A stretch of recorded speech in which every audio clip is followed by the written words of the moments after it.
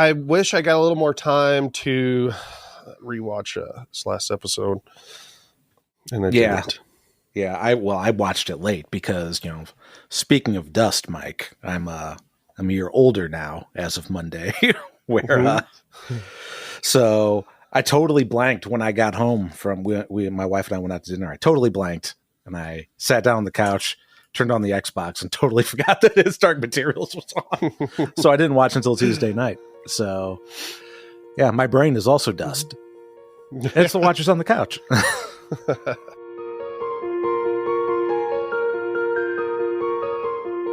Welcome to Watchers on the Couch. Today we are discussing episodes 3 and 4 of the HBO series His Dark Materials, HBO and BBC, we should clarify.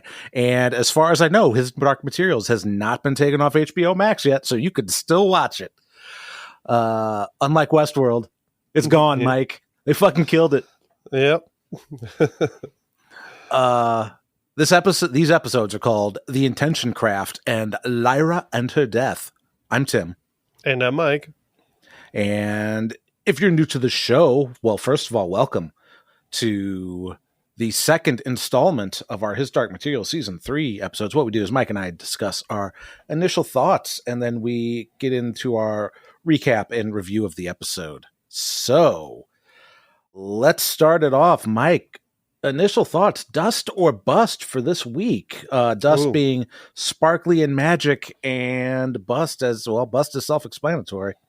So I don't know. I'm kind of in between on these episodes. Like I'm still enjoying this season. I don't know. I feel that there's certain things I'm starting to have to turn my brain off to enjoy. Like, don't ask these questions. Like, there's some things that just seem a little silly going on.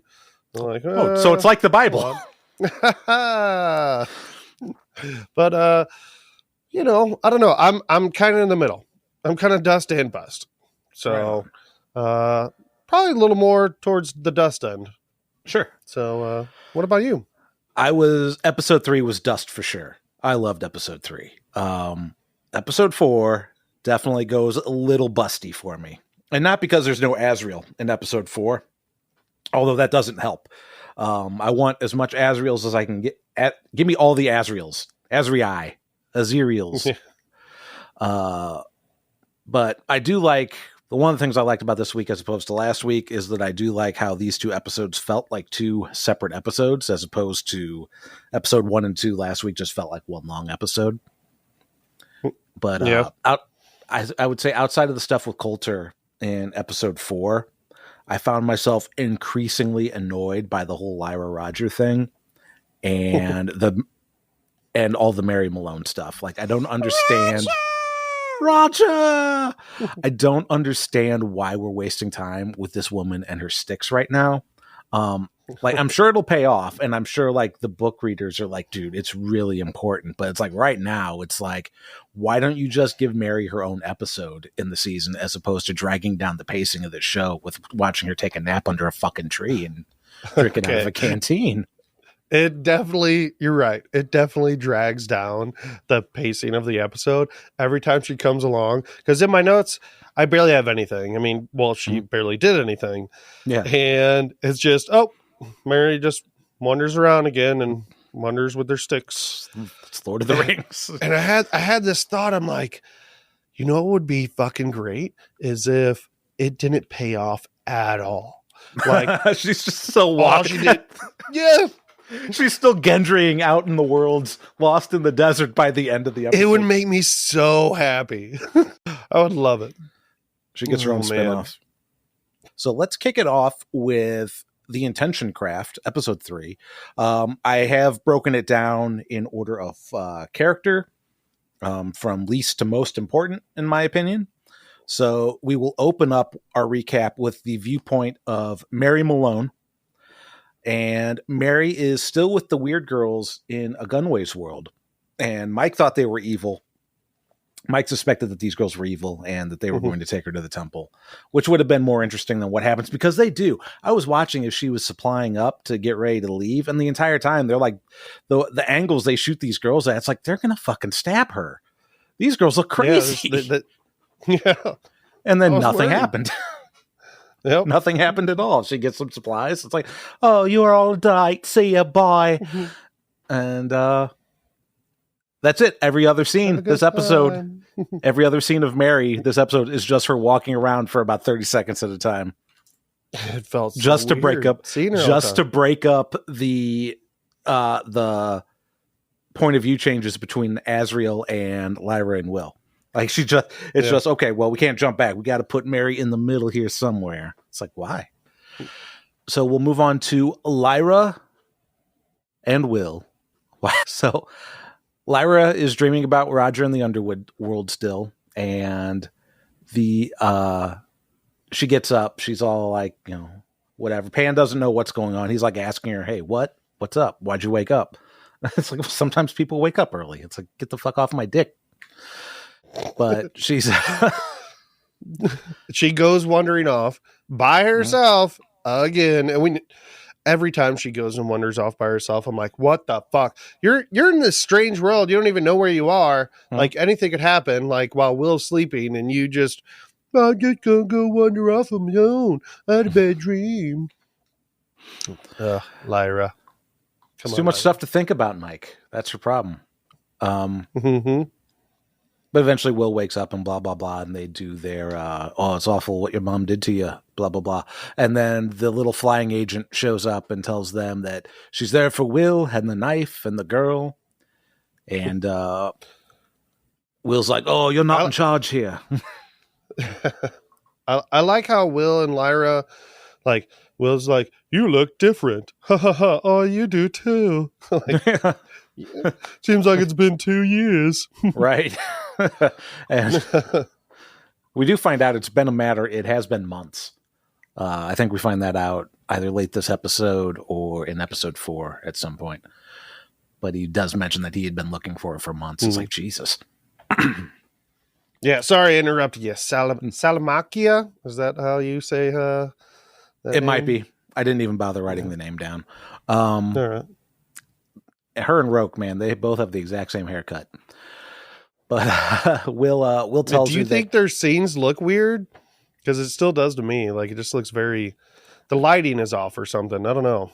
They do seem like whatever their character is, their models or whatever they are, feels weird. And I don't know if that's by design or like they're supposed to be kind of creepy looking things. Yeah. But Will tells her it's not a big deal. I'm just like, well, all right. Wish they just kind of got that down a little bit. Mm-hmm. Or a bit like made us see enough of them in previous viewings of the show that we know it's like, okay, this is how it's supposed to look. Yeah. Because there's so much in these worlds that we don't have like a baseline for. Because when I see them, like, it looks to me like it kind of takes me out of it when they do close-ups of them. Mm-hmm. It takes me out of the show a little bit. I'm like, oh, it doesn't, I don't know. It doesn't look like they're there. It just looks like this separate thing that's just like, oh, we didn't have money to really kind of get this right. But doesn't look like anything. Not really that big a deal. So Will tells the little flying insect woman that he needs to talk with Lyra in private, and then he leaves the knife with her for collateral. And he tells Lyra that the knife's broken after the encounter with Coulter, and he gives Lyra back the alethiometer, the golden compass. And they do a little bit of catch up. He tells her about finding his dad before he got shot and killed. It's like, oh, I said hi to my dad and immediately was killed. Don't know why. Neither do any of us.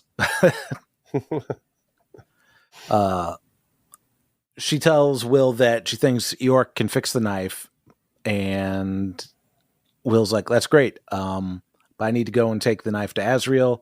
Lyra isn't having any of that shit. She wants to go to the land of the dead, and they get into it a bit, but eventually later that evening, they both apologize to each other. It's like, I came and got you, and I didn't do anything my dad wanted me to do. He wants me to take the knife to Asriel. It's like, but he killed Raja. Raja! So Asriel's agent's listening in and finds out that the knife is broken, and Lyra says, hey, fuck off. Why don't you go tell my dad that the knife is broken? My mommy broke it. And then the next morning, they cross back into Lyra's world through the portal that Will left open to find Iorek. When Lyra is talking to Salmakia, she says something like, Azrael wants Will more than Azrael wants the knife. Doesn't she say something like that? Does she say something like that? That's what I thought. I don't know. Maybe I misheard that. But I didn't write that down so in my notes. He just wants the knife bearer, not the knife, or I don't know. But it just seemed a little strange. I don't see why she would know that or why that would be the case. I don't know. But I'm not going to say that they didn't say that. I do like how Will opens that hole up. He's like, get in there. They're great miming that I'm doing for the podcast. As I open up the labia between worlds. Yeah. I wonder if they walk through and they're like, a whole new world. No, this is the wrong spot, Roger. No, I can find the right spot. I promise. I've done this before. Yeah.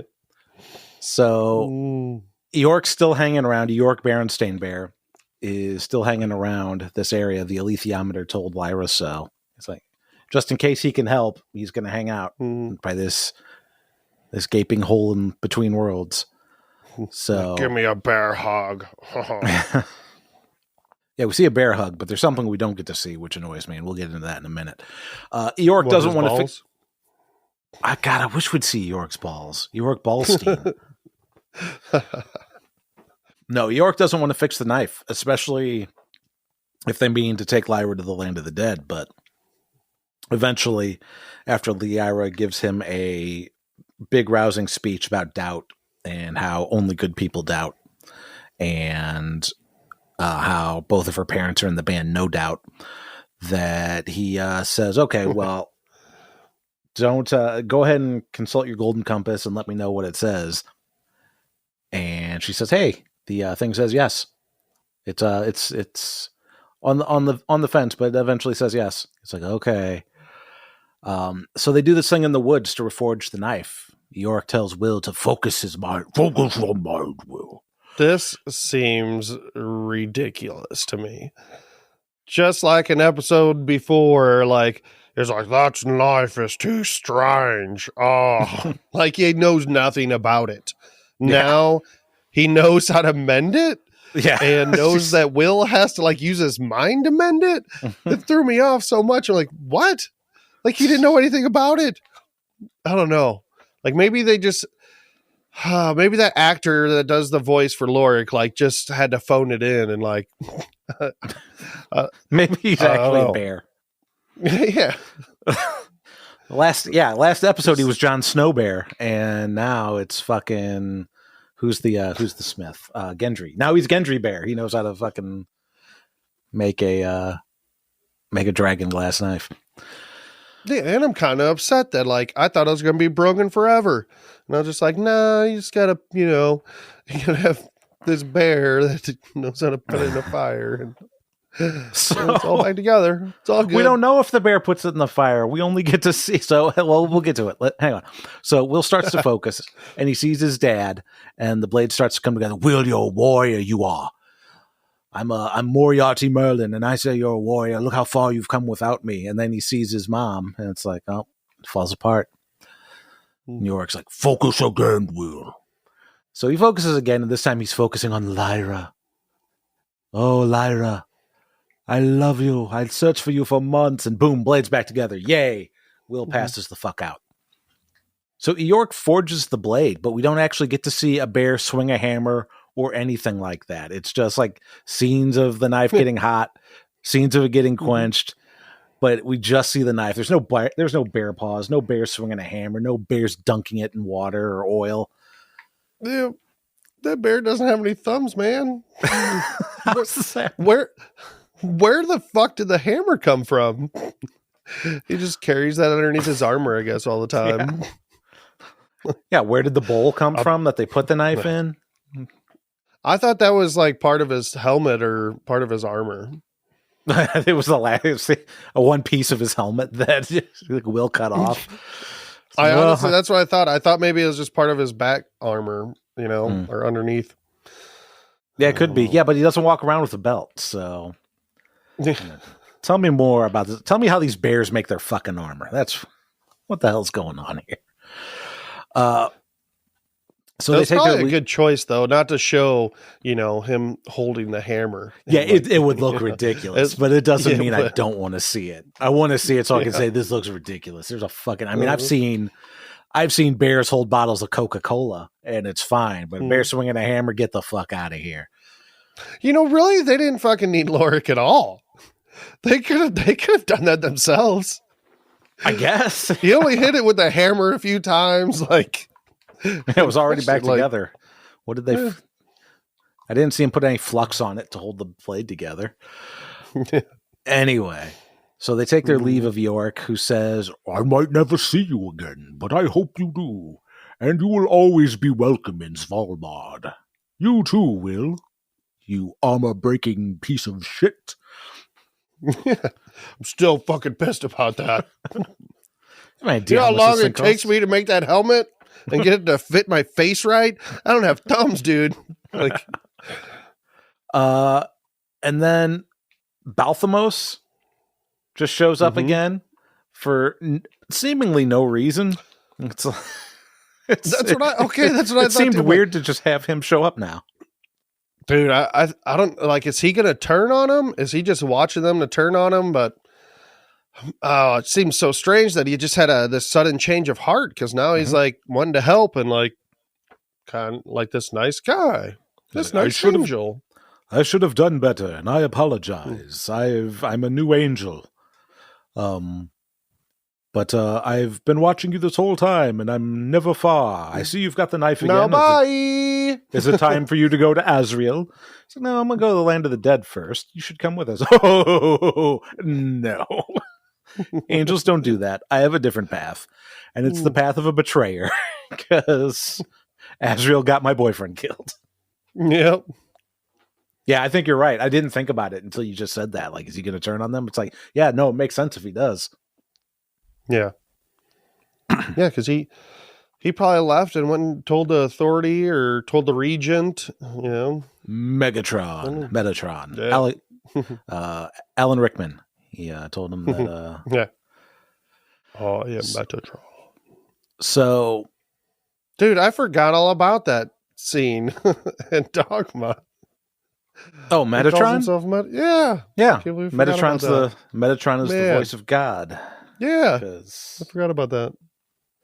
This makes way more sense. So, yeah, that's Metatron is... I don't remember what he is exactly, because, I mean, obviously Metatron's not in the Bible, but it comes from other kind of biblical texts that aren't, like, officially sanctioned. Like, he's kind of the voice between... He's like a mediator, essentially. But yeah, obviously in Kevin Smith's Dogma, he's the literal voice of God, because God's voice will make your head explode. The one thing we haven't seen from Dogma that in this show is the shit demon. So I don't know what world he exists in. Ooh, maybe in the land of the dead. I'll tell you something about the land of the dead. I'm shitting myself with boredom. So... Yeah, Will eventually finds the land of the dead. He's using his knife like an old-fashioned radio tuner as he's trying to tune in the stations. And he's like, it's this one. It doesn't want to go through. It's KUNT. It's a little fuzzy, but you still get it in. So he forces his way through and opens the path to the land of the dead. Very yellow, shitty-looking world, as well it should be. It's the land of the dead. It's probably like Mexico. Yeah.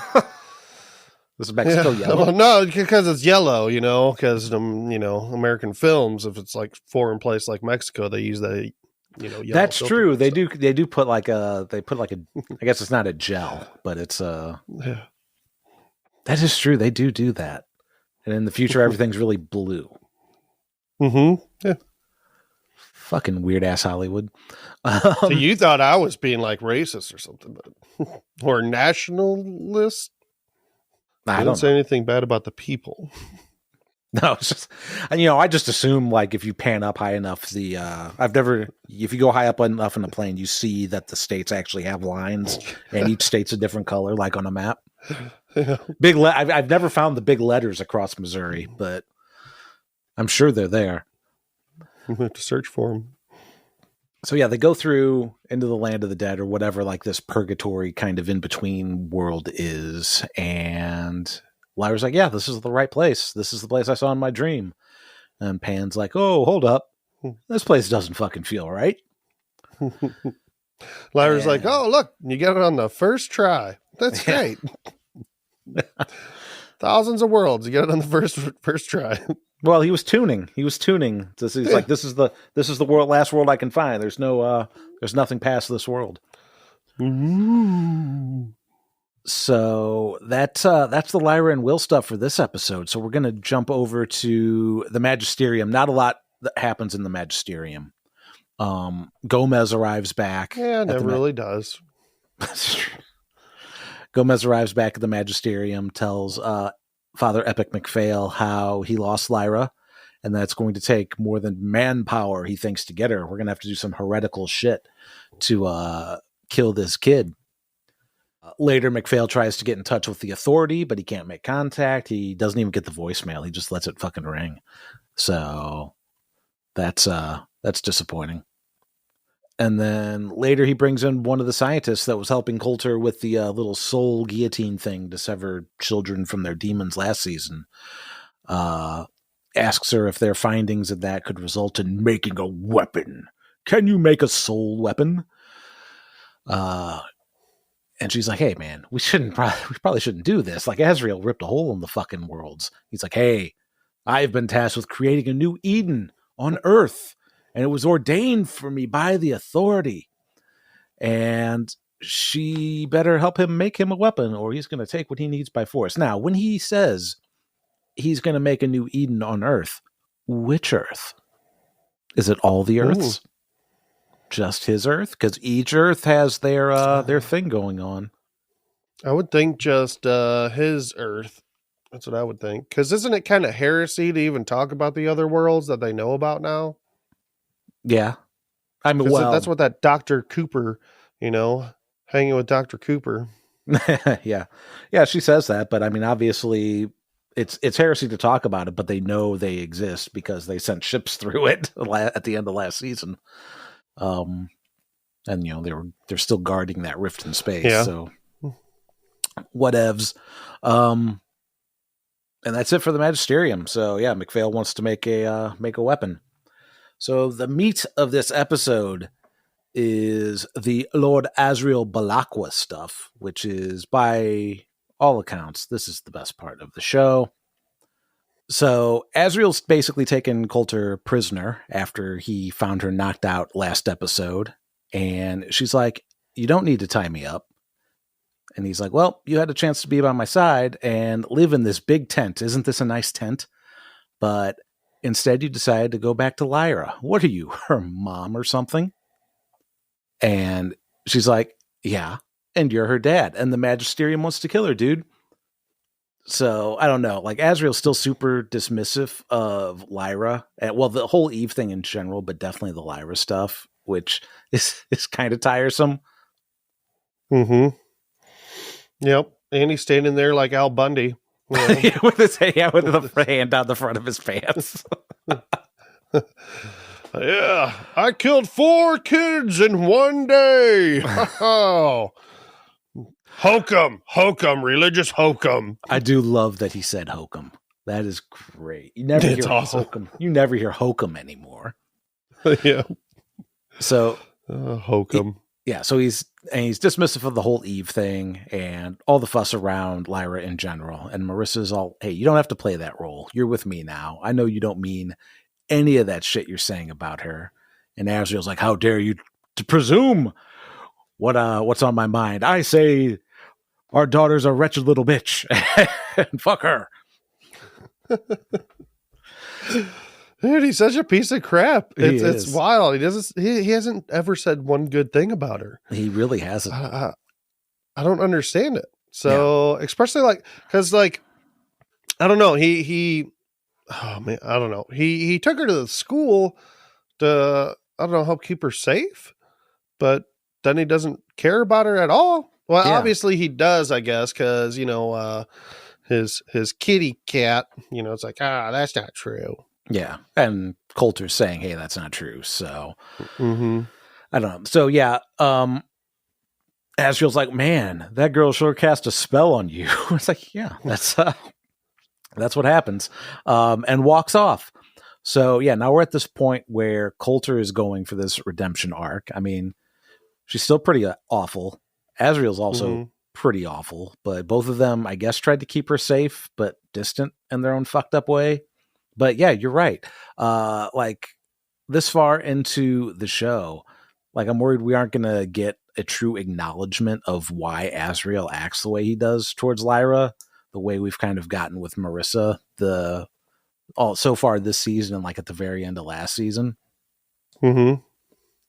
So I hope that's not something they just leave Mary maloning in the ether. I hope we actually do get like some kind of clarification before everybody starts fucking dying. Yeah. I don't know. Maybe I'm completely wrong. Maybe nobody dies. I mean, nobody kind of really does because there's the land of the dead. Yeah, and everybody just ends up there. And Asriel's just trying to kill death, so it's we don't know what happens once you cross the river, though. That might not be any worlds. I know. That well, we'll get to that world, but that world, I don't know. I'm a little unsure of.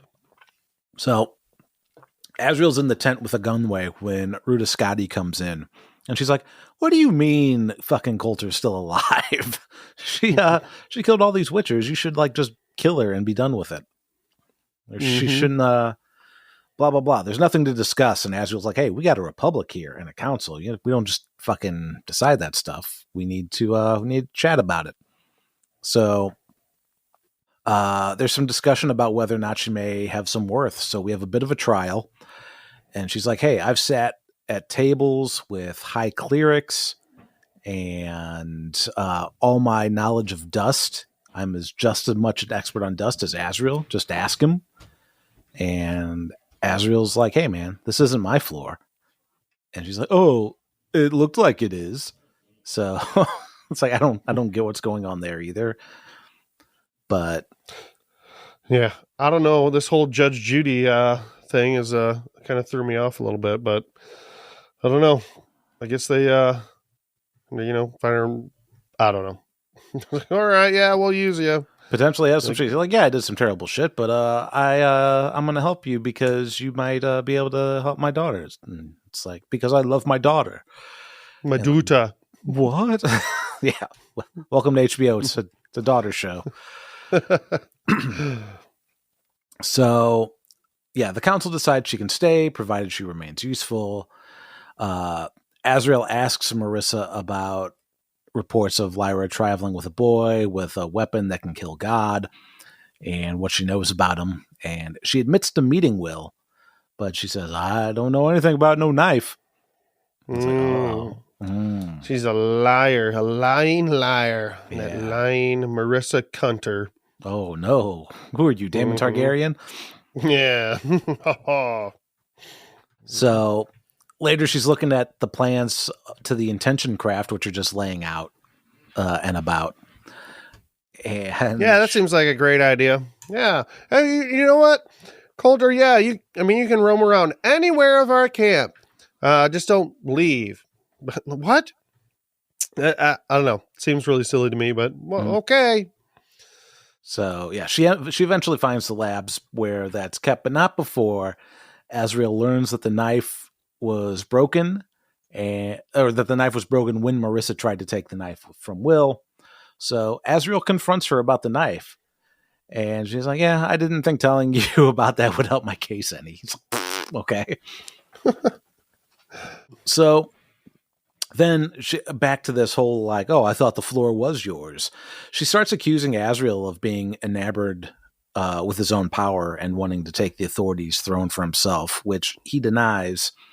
And like, I don't know where this is coming from. Like, I don't know if like we're supposed to like, because of their relationship, Coulter knows something about Asriel that we don't know yet, or if this is like just some fucking thing where all the men that's been around her have been after power, so she just assumes that Azriel is too, because it seems like she's trying to imply intentions that genuinely aren't there, but for some reason she thinks are there. Mm-hmm. Mm. So so he denies the whole like wanting a throne. And he tells her that he's called off the search for Lyra, since he doesn't need her if the knife is broken, and that his battle is greater than her, and that he's fighting to free everyone from these oppressive fairy tales. And the fairies are like, hey, we like those tales. Yeah. We like our tales, you know. We can sting people with them. Yeah, knock people out. We better see some Fern Gully tales, man. I want to see those Fern Gully stingers. Yeah. You know, hiding under those coats. I want to see what they look like under those coats. There's not enough nudity in this show, Mike. I thought this was HBO. I want to see some Fern Gully sex, man. Let's do this. I want to see a Fern Gully have sex with a full-blown person while a demon watches. Yeah. You know, the Fern Gully person could, you know, do like Will and, you know, open up the gap, you know. We call this the Richard Gere. Yep. So he goes back to the throne. They got a throne. I don't sit on a throne. I sit in the earth, and I've sacrificed everything because this is a fight that must be won. And while she's the one that truly seeked power and became a tool of the magisterium to make machines to tear children apart, I've only torn apart one child. No. That's silly. And then Lyra comes along, and now suddenly she's capable of love. And Coulter spits in Azriel's face, and Azriel does a Daemon Targaryen on her neck. He's like, why can't you be what I want you to be? And he's like crying. Like, the thing that we haven't like touched on is it seems like there's still something there, at least on Azriel's side for Coulter, because like this whole thing is like, she's not really manipulating him, but he's totally open to being manipulated by her. Man, this scene, like, he grabs her neck and I don't know. He went like stalker cray cray. Yeah. It was he's not a good showed guy. Some of his character. He's not a good guy, control freak, I guess, huh? For sure. And he's got tears going down his face the entire time. And then he like sits in front of the craft and he's like, I am doing this because the power of the authority is a lie. And he tells her all the stuff that we learned last week. Fucking authority. He didn't create anything aside from these institutions that shackle us. It's all ruled by Metatron, an angel with no penis. He says that. He also says that angels. He talks about angels, and he's like, "Well, basically a person." Yeah. Like, I don't think that line was just like a throwaway line. For sure. I think that's going to be kind of important because they're not this almighty powerful beings. You know, they're not that much different than we are. Obviously, they do have, you know, extra powers, but like, I'm wondering if like this ties into like the land of the dead, or like, I don't know, are angels just people after they die in a sense, or I don't know, or are they just, or is it just another person? Like, is the kingdom of heaven really just another world? Okay, yeah. But just those beings themselves are able to travel through the worlds easily. Yeah, you they're know, basically they were just born that way. Yeah, Megatron is in heaven, Oxford, and yeah, yes.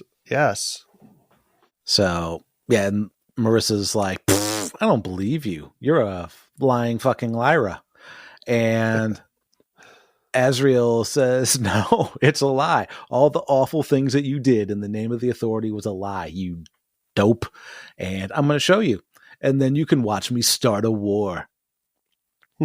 So he takes her to see the captured angel Alarbus, and we cut over to a scene with Ruta Scotty and a gunway where apparently there is angel activity across all the worlds. And Scotty is Scotty, not Scotty. Beam me up. Thinks that it would be foolish to presume that the rebel angels will actually side with Azrael if he does something to one of Metatron's angels. Which, whoops. yeah, spoiler alert, he immediately does after this scene. I thought that was silly.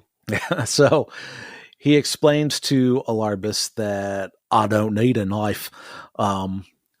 Between his work and Coulter's work with Dust, they can cut him into 1,000,000 pieces and send him back to Metatron with a message.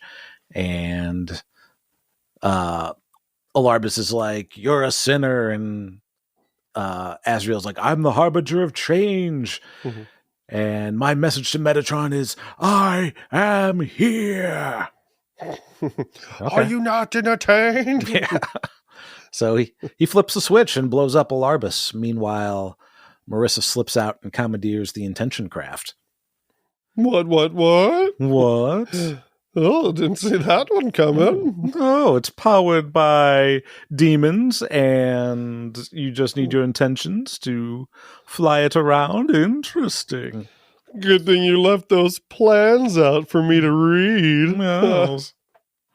So, Hey, one thing that they say, like, that was surprising to me was about the knife, that it was created only 300 years ago. Mhm.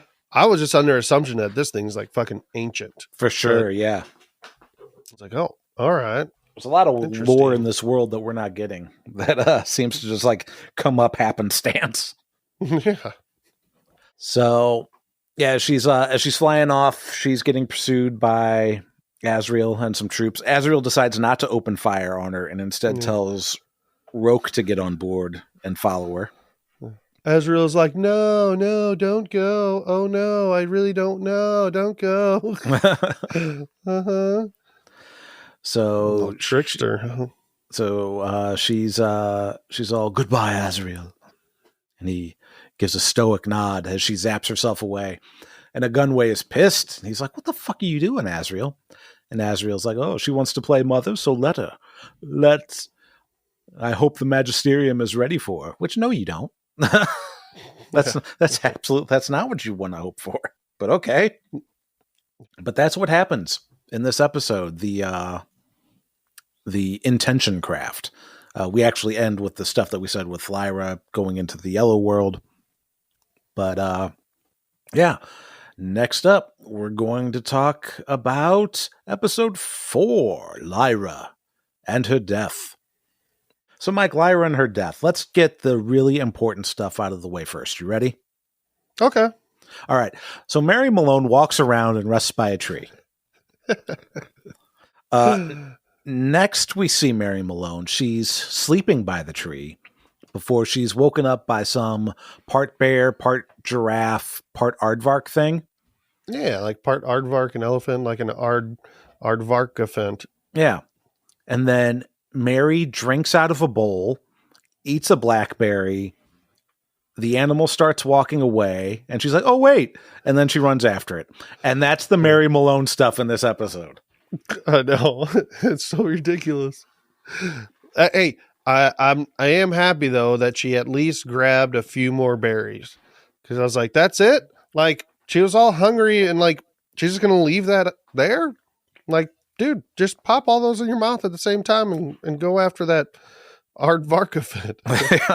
She did leave something behind. Was that like a scarf or something? Yeah, I don't know what that means. So, I don't know. Maybe somebody will find it. Maybe somebody's following her. They'll be like, "Oh, look at this scarf. That means I know exactly where to go now." Yeah. We can throw a bomb at her now because we have her scarf. Oh, shit. Yeah, that might be right. This aardvark-ophant, I'm thinking that's an angel. Like, I thought at first that it was just like an animal in a different world. Like, oh, this world's filled with animals like this that we're not familiar with. Mm-hmm. But I mean, an angel can take any form, I would assume. Like, if it can take human form, it could take the form of whatever, really. Unless, like, angels are basically a person. Well, yeah. But yeah, I don't know. I don't know why it would turn into that. Yeah, okay. That's kind of ridiculous, I guess.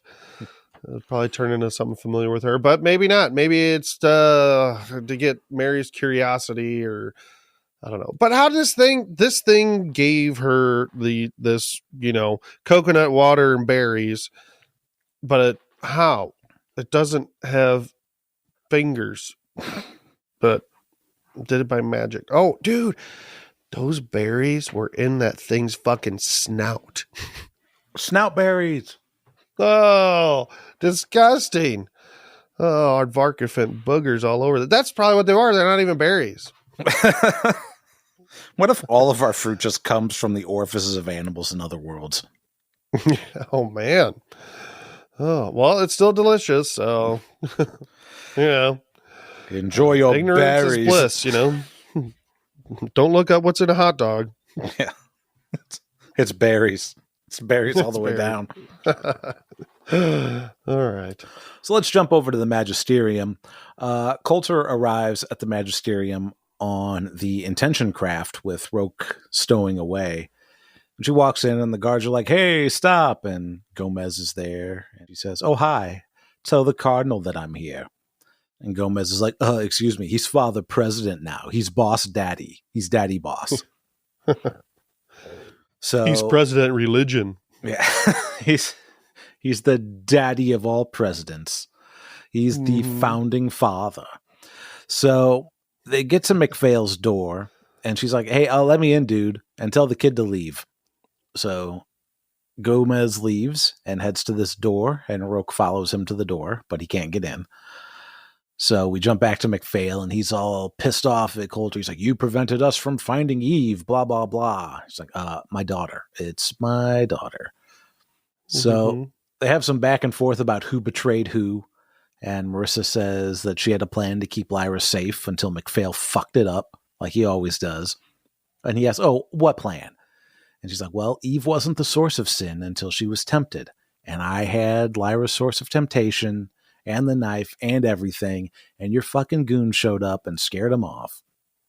And he's like, is Asriel still seeking Lyra? And she says, well, now that there's no knife, she's of no use. And now he only sees his war. I think I saw him murder an angel. And that's why I'm back here. He has to be stopped. An angel? An angel came to Asriel? Yeah, an angel never came to you, did he? Oh, gosh. Oh, I just dusted. So back in her room, Gomez shows up with a chest that I guess is apparently from her mother. Yeah, I thought that was odd. It's like, yeah, where did Gomez this come like, from? Your mother. Go tell your mom I said hi. Your mom's in the fucking stands. Yeah. It was odd. I don't know what to think about it. I don't know if we're going to get more information about her mom. If she, I don't know, has bad parents, I guess. Yeah, everybody's got bad parents. It's it's like your mother was only too happy to help. So I bet she was. It's like, what's going on here? Mm-hmm. So, yeah. Inside the chest is a dress. It's very nice. Isn't it pretty? Then Roke appears, makes himself known. And there's who needs who here? Are you a spy? Are you here to help? Oh, actually, you need me because you can't get back without the intention craft. So, just hold on a second. I'm just trying to think of something. So, they used her Marissa's mother to find her. So does that mean like that house that Marissa and Lyra were at? Is that her like childhood house? Could be. I mean, that's all I can assume, because how the fuck would the mom know anything? Or is it like, that's our vacation house? Or yeah, I don't know. I mean, it seems like her mom must be somebody in the Magisterium. Mm-hmm. Or at least super fucking devout. Yeah, because I think somebody said, maybe it was that deaf girl that said something that house was actually like an abandoned temple, like that temple's been abandoned for a long time. Or maybe she didn't say temple, but something along those lines. That house. Yeah. I thought you meant the house in the first season. Like the apartment or the loft or whatever. No. So like, I'm guessing her childhood house was that where, Lyra and Marissa were, like where Marissa was holding Lyra. She kept her asleep and shit. Yeah. Mm. So I guess then there's some history there, because I thought that Pickerill said something that it was a temple that's been abandoned for a long time or something. That's the only thing I can think of, like how her mom would know where Marissa is. Yeah, I feel like this is more stuff that like is explained in the books that we're missing out on. Yeah, probably. But what's with all the dresses in the trunk? Like, is there a bunch of dresses? Wasn't there only one dress in the trunk? I think there were more. I don't think there was just one. I think it was like had a bunch of clothes in there. So I don't know. Her mom's like, you must always look nice. You know? Yeah. Dress pretty for the men. Put on your Sunday dress. Every day Sunday in the magisterium. Shake your tail around for the menfolk. So Roke tells her that he's been following Gomez, and Gomez is interested in a particular room. Ooh. So your bedroom. The next morning, Coulter is dressed to impress, and she leaves her room, saying she's looking for the chapel while she's being followed by Father Jerome, who's like, hey, you're supposed to stay in your room. She's like, nuh-uh, I'm going to go talk to the authority, and I'm going to talk to him in his house. So she's out looking for the door. Little boy. Yeah, so she's out there looking for the door that Gomez is interested in, and she eventually finds this lab where her old science buddy is making a soul bomb. Yo, what up, Dr. Coop? Hey, where you been? You still have a job, and you're still alive. Wow. Yeah. I thought for sure people were going to die because of me. I thought everybody up there was dead. Sorry about that, by the way. Yeah. Whoops. So she figures out it's a web. Like, the doctor doesn't really tell her much of anything, but she surmises it because she's she's wicked smart, yo. And Gomez shows up and removes her. Yeah, but she does find out it's a bomb, right? In that scene, and then finds out it's directional. So, it's like a mini Death Star. And she's like, well, who guides it? The authority. Well, we know that's not true. Intentions. So later that night, Gomez sneaks into Marissa's room, and it looks like he's going to cut her throat, but instead takes off her necklace. And Marissa isn't actually asleep at all, and she tells Roke to follow that asshole. Are we supposed to know what this necklace is? Like, why she wears it? I don't know. Because Azrael said something about it, and he was like, oh, you're still wearing this thing? Yeah, I don't know I don't know if that was in the first season, and I just forgot about it. I don't remember it being in the first season, so I don't know. Whatever. I get maybe it's something that Azrael gave to her. Or, I don't know. But yeah, so we find out that the soul bomb is also a multiverse homing missile, and they're going to use Lyra's hair to aim the device, and it will kill her wherever she is. From some hair. Yep. Because the hair wants to belong to Lyra again. So all the hair that falls out of your body always wants to be back. Like, why doesn't it just stay in there then? I can tell you for a fact that it's not true. And it hasn't been true for at least 23 years for me. Oh. I guess about 20. But yeah. That's a little silly, but okay, I'll go for it since like everything's kind of made out of dust or I don't know, whatever. Yeah, I'm just gonna go with it. So Roke breaks in, knocks out Dr. Cooper, and takes the hair back to Marissa. And it's like, oh man, I thought he fucking killed her, but he didn't because the fox didn't disappear. So Apparently they just go sleepy time the same time you go sleepy time. What does the fox say? It says sleepy time. It doesn't say shit. It's another one of these things that don't talk. It says, I'm tired. So, yeah, he takes the hair back to Marissa, and it's like, hey, you came to protect Lyra. Instead, you gave them a fuse to a bomb to kill her. And she's like, oh, I was arrogant. I underestimated them. And Roke's like, okay, it's time to get the fuck out of here. And Marissa burns Lyra's hair and is like, no, I need to get to the intention craft because I intend to fucking destroy. But they don't make it very far because apparently she's being watched and she gets taken into custody, but not before she ends up declaring that she wants a trial and that she conspired with MacPhail to kill the previous cardinal, which he denies, and is like, you're a crazy wanton woman. And she's like, you need to be stopped, Hugh. It's like, Hugh? Who is this Hugh? I'm Father President. Oh, Your Grace. Like, Your Grace. And she's like, okay, this is what you guys are following, not the authority, but this goofy fuck. Mm-hmm. I'm surprised at you, Father Gomez. And he's like, you're a raving, emotional woman, and you can't even string together a complete sentence. It's like, no, she was stringing together a complete sentence. Don't fucking gaslight. And by the way, we still have enough hair to blow up your daughter because it's attached to your necklace, which we have. So I guess there was hair there because I'm assuming he still says we have enough to blow up your daughter. Fooled you. We only took a little bit from it. We only took most of it. So that necklace, I don't know, is it like a locket? It's like a locket of hair. Yeah. Okay. I assume. Yeah, that's what I assumed too, but okay. So he's like, well, we're going to sever your demon, and then you're going to be the bullet that kills your daughter. And then she gets locked in a cell, and her monkey gets locked in a cage.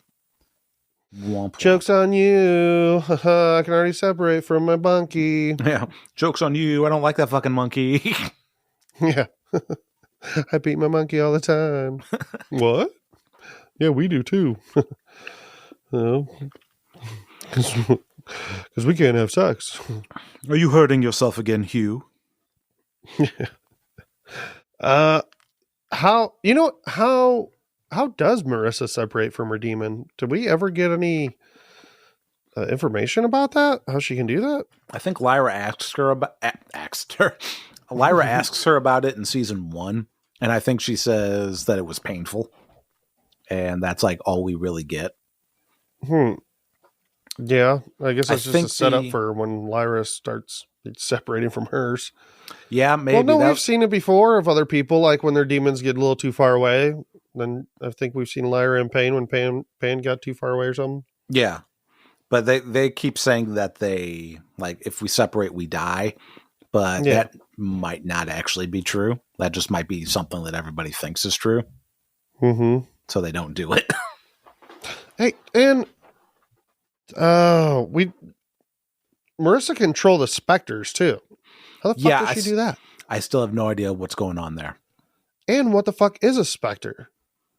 So Dust. I have a feeling we're not going to find anything more about the specters and how she controls that. Kind of disappointing, but yeah, it seems unlikely if there's only 4 episodes left. Yeah, or maybe not. I mean, because this whole Land of the Dead stuff could change a lot of things. You know, that could tell us a lot about all the worlds. Yeah, in a sense. We'll see. Speaking of the Land of the Dead, we got Lyra, Will, and Pan making their way through Dead World, and Pan is freaking the fuck out because nobody has demons. And there should be people here that have demons. Mm-hmm. So they make their way into this warehouse thing where people are just passing by. So nobody's like talking to them because they're all dead or whatever. And there's an alarm and some old dude's like, hey, wait a minute. You're not dead. Get out, not dead people. Mm-hmm. It's like, well, some people were chasing us. And if this is the world of the land of the dead, like, this just seems strange. Why is there roads? Why is there a paved road? Why is there like an abandoned like bridge or whatever? I don't know. Who built that? I have lots of questions about that. And that's the part I was talking about, like, where I have to turn my brain off and like, it doesn't really matter. I mean, there could be an explanation. It could be that Dead World is really just a world that died. Yeah, I that's what I'm wondering. And who knows? I guess hopefully we find out more next episode. I'm very curious. So she's like, hey, we were being chased by some guys and we need to find our friends. And he's like, well, first you were being chased by some guys and now you're looking for friendship. Well, you'll find neither here, liar. And he's like, no, it's Lyra. That's you're pronouncing it wrong. You have to go. No ticket. Yeah. Go to holding area 32. And then they get to holding area. Okay. Yeah, I guess we'll just go there.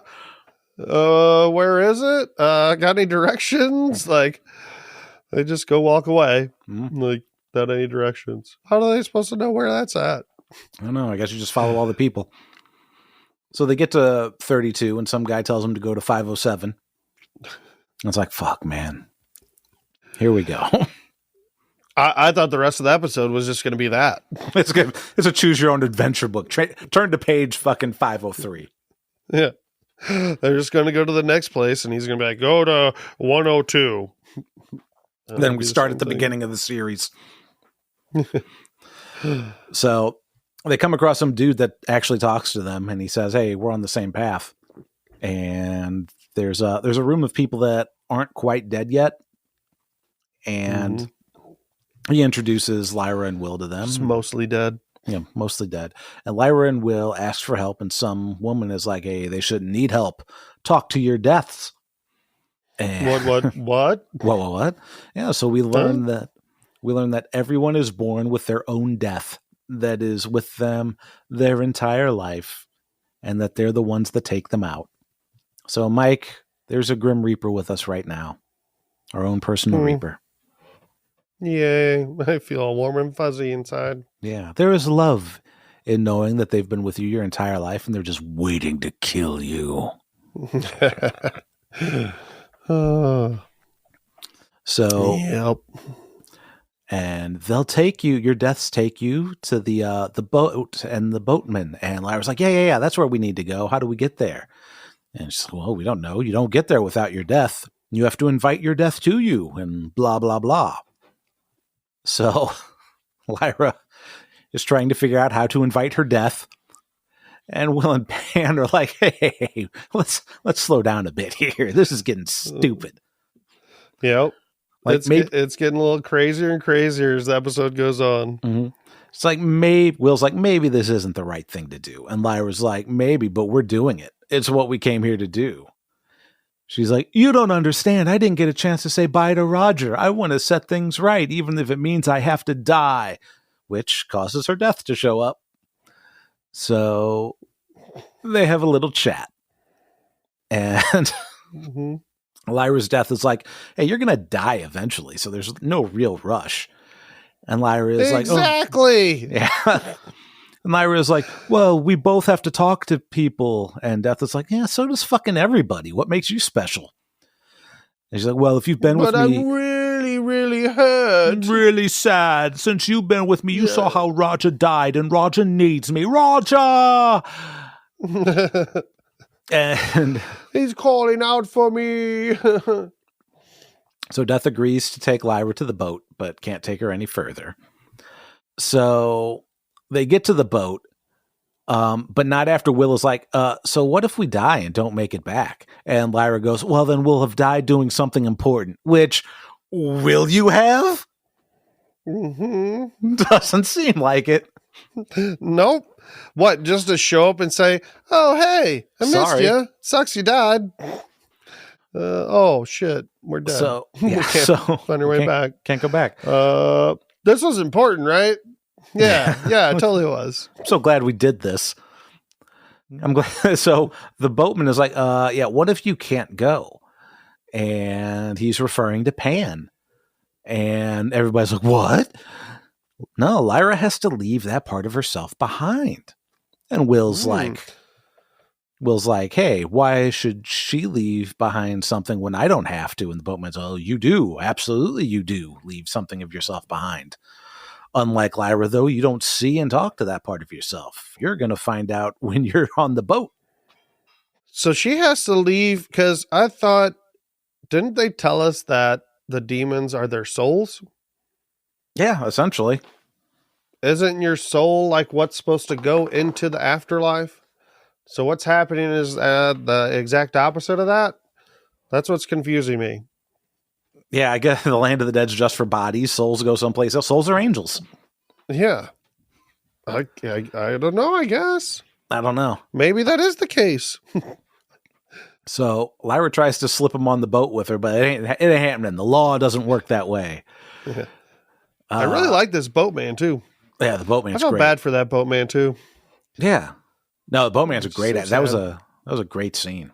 Yeah, it was.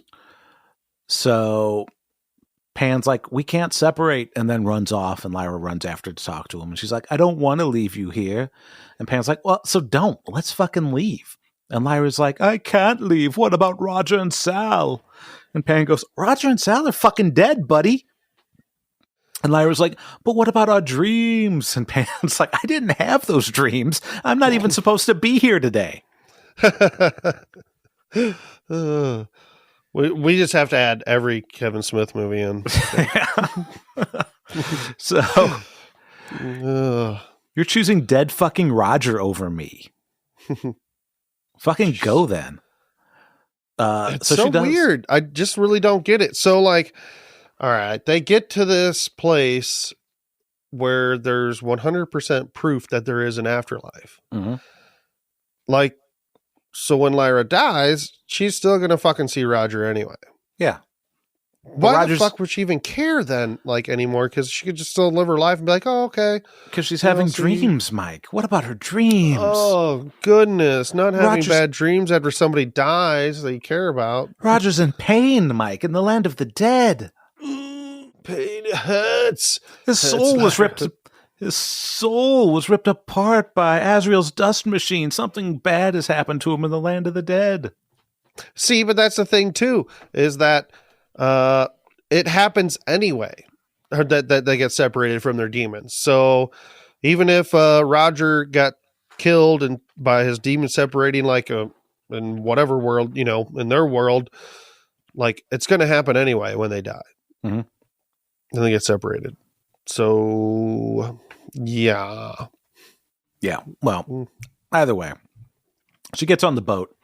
The boat takes off, and then after a bit, she's in some serious pain as Pan whimpers by the edge of the dock. It's very sad. Yeah, it's very sad for Pan. Lyra should just die, and then Pan can be the main character of this show. Lyra fucking sucks. Mm-hmm. So, as we wrap up this episode, this recap, that's the end of the episode, by the way. So, I've gone most of this series with not having any real problem with Lyra to actively disliking her over these last two episodes. I've always kind of disliked her, but not really. Mostly it's just kind of like she's kind of does dumb things, kind of an ignorant character. But then again, I kind of have to blow that off a little bit because she is a child. Yeah. So, but I'm with you on this. That this last scene is just like, come on, man. Come on! What the fuck is happening? It's like I'm sure there's going to be some sort of payoff that's going to warrant all this because it seems to be an integral part of the story. But like at this point, dude, she's just as manipulative as her mother and just as selfish as her father in these two episodes. Mm-hmm. Like, man, she totally is. Yeah, like. Leaving her dislike of Azrael aside and the whole, we're not helping my dad to save humanity from the angels that actually want to strip us of our free will because he killed my friend. Like, okay, that's an understandable emotional reaction for a child.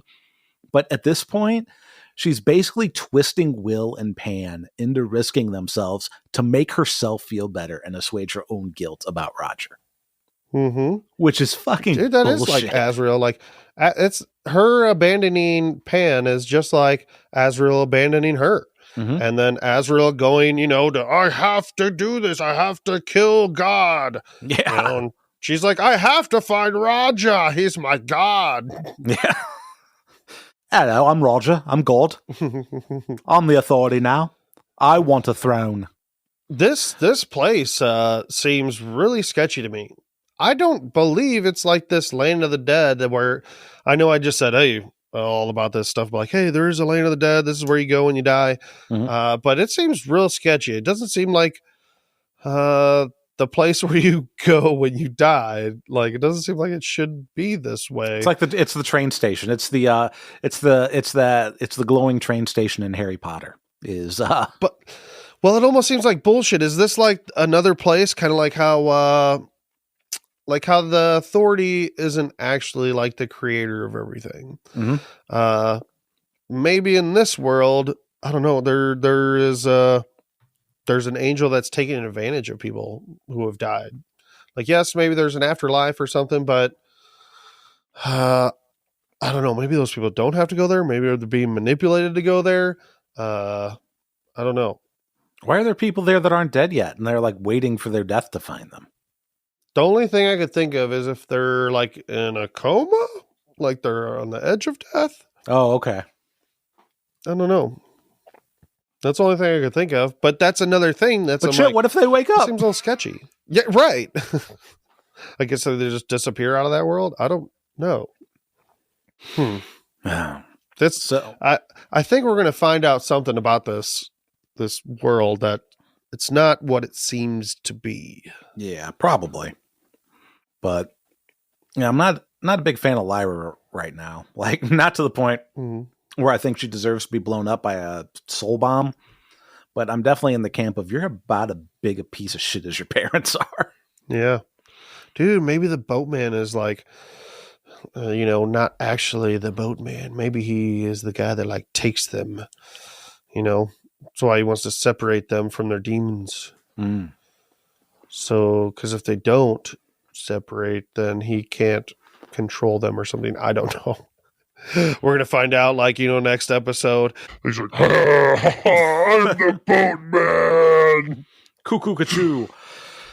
So, this is going to be the interesting thing. So, let's say Lyra does get out of the land of the dead and she reunites with Pan. We've established that Will leaves something behind too. He just doesn't see it. Yeah. So what's going to happen when he goes back? I don't know. Did I find it? Yeah. Do I get something out of this? Where's my soul? Where's my missing piece? Guess I'll just assume I got it back. So, yeah. Well, so not only am I pissed off about this whole Lyra manipulating Will and Pan to do what she wants kind of shit, but last episode we both felt that we don't think Will has a good chance of surviving the series based upon him being the one that can wield a god stabber. Yeah. Now I'm pretty sure Lyra is actually going to get him fucking killed. Yeah, probably. Yeah, but he can't. Yeah. Oh, my first love. Most likely. My first love died for me. Yeah, maybe he doesn't come back from the land of the dead. Maybe he stays behind so Lyra can get out. Yeah, but he's the only one that can wield the knife. Yeah, but who needs the knife? They got a god or an angel blower upper machine. Yeah. But you need the knife to kill the authority. All they need is a piece of the authority's hair. They can fucking shoot a bomb at it. Yeah. That's why all the angels are bald. Oh my God. They're just like a bunch of skinheads. That's what the fucking angels are. No. Yeah. They're just racist against all humans. Oh no. Yeah. Actual racists. The race of humans. The race of man. The race of human. Homo sapiens. I can't say I blame them too much. Yeah. But I think that'll do it for this episode. Man, only 4 episodes left. How are they? There's so much shit. Yeah. There's so much shit left to do.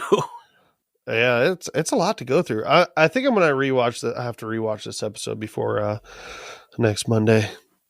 There's some stuff I think I kind of missed and kind of flew by because doing 2 hours all at once. It's a lot. It's a lot rough. for my dumb brain. It's rough. It's also rough trying to get the notes together for 2 episodes at once. Yes, it is. So yeah, man, 4 episodes. It's crazy that we're already through 4 episodes. We're in the home stretch. So, yeah. So, but I'm excited. I'm still excited for the next 2 episodes. It's still a good show. It's just Lyra's an asshole. Yeah, I mean, Asriel's an asshole. I still really enjoyed it. Lyra's an asshole. It's a whole asshole family. It really is. They all deserve to get blown up. All right. Well, this one is Pan. Yeah, I'm pansexual. All right. Well, until next time, I'm Tim. And I'm Mike. And I was trying to think of a catchphrase. Do we have a catchphrase from His Dark Materials? Not that I can remember. Go have sex with your demon. That I think it was something like that. Yeah. Go pet your demon. Don't get your demon separated. Yeah. Go stab God in the face. Don't get your demon cut off. Until next week. Bye. Bye. Hey, if you made it this far into the show, let me just say thanks. It means a lot that you take the time to listen to us goof around, and we'd love to hear from you and let us know how we're doing. Consider leaving us a review on Apple Podcasts, Podchaser, or wherever you leave your podcast reviews, and reach out on any of our various social media channels. Links in the description.